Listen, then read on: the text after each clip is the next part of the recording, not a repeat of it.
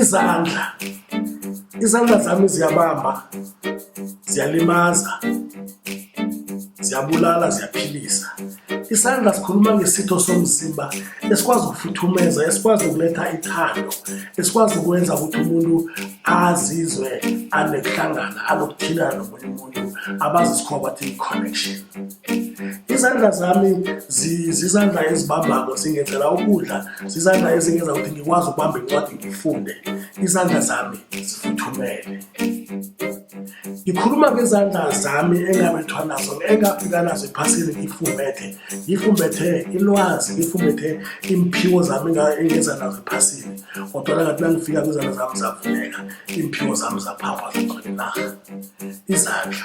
Nangikhuluma ngezandla zami, ngikhuluma ngesandla engibamba ngaso udade amomotheke, ngibambe ngaso umntwana ahleke. Ngikhuluma ngesandla esenza ukuthi yonke into ihleleke ngendlela khona. Nangikhuluma ngesandla, ngikhuluma ngesitho somzimba esikwazi ukwenza izinto zenzeke. Yonke into esiyenzako siyenza ngezandla. Uyasebenza zizandla, uyafunda ubamba incwadi ngesandla, ulambile wenza ukudla ngani ngesandla. Isandla sakho nesami azifani. Nawungaqala imida namkhana imithana yesandla ihlukahlukene. Uzimo wamdala umuntu wambumba waba nezandla. Izandla zethu sinemino, imino yethu igadangiswa yona ukuthi sazi nokuthi sibobani, akwenziwe ukuthi imino ifane.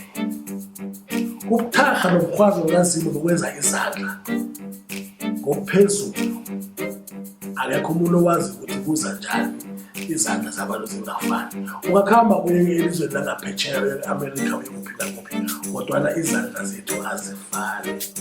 Ungambetha umntwana abe nezandla pheze ezifana nezakho, kodwana imino yezandla nasigadangisako ayifani.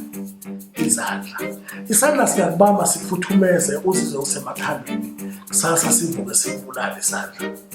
Isandla ngiso esenza ukuthi umuntu abanjwe. Nawubanjwa amapholisa kubamba isandla, akufaka insimbi esandleni. Isandla siyasebenza bakwethu.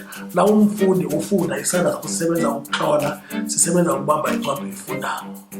Na umfundisi, isandla sakho sisebenza ukutlola e-blackboard, sisebenza ukutshengisa abantwana izinto ezihle. Na umfundisi utshumayela, isandla sakho sibamba iBhayibheli. Nangabe ungumvangeli, isandla sakho sifunda iBhayibheli ngemino. Isandla bakwethu, isandla sakho, isandla senzani. Ikondlo etlolwe nguVusi Sikhosana. Ngiyathokoza.